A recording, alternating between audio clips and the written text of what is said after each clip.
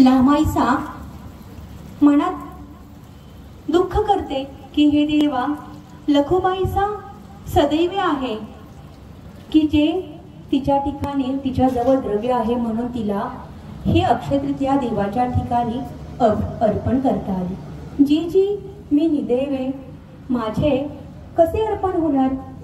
आणि हा तिच्या मनातला जो भाव आहे, जी तळमळ आहे, ती त्या सर्वज्ञांनी परमेश्वराने जाणली आणि लखुबाईसांना बोलवतात आणि स्वामी म्हणतात की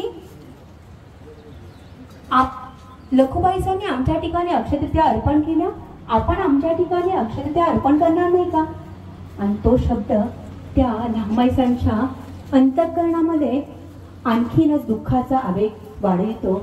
आणि स्वामींनी बाईसांना बोलवलं आणि तिची भावना, तिची श्रद्धा स्वीकारण्यासाठी एक, ज्याप्रमाणे इथे समोर आपल्याला एक माठ दिसतोय तसा माठ देतात आणि स्वामी सांगतात, हा माठ आपण स्वच्छ धुवा आणि याच्यामध्ये पाणी घेऊन आमच्या ठिकाणी पत्र पुष्प फलम तोयम, असं हे जे पत्र पुष्प आणि फल आणि असं हे जे वाण आहे, हे वाण आमच्या ठिकाणी समर्पण करा।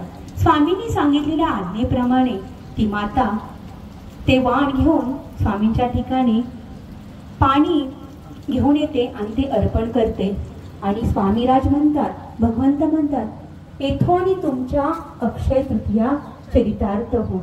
धन्य आहे ती माता, ज्या मातेचा भाव परमेश्वराने जाणला आणि तिच्या अक्षय तृतीया साजरा केला। आपल्याला आपण प्रापंचिक जीवन जगताना प्रत्येकाला वाटतं मला पंतप्रधान व्हावं वाटेल, परंतु आपण सर्व मोक्ष मार्गाच्या वाटचालीत आहोत। मला लामाईसा कधी होता येईल, केव्हा माझी क्रिया, केव्हा माझा भाव तो भगवंत जाणे।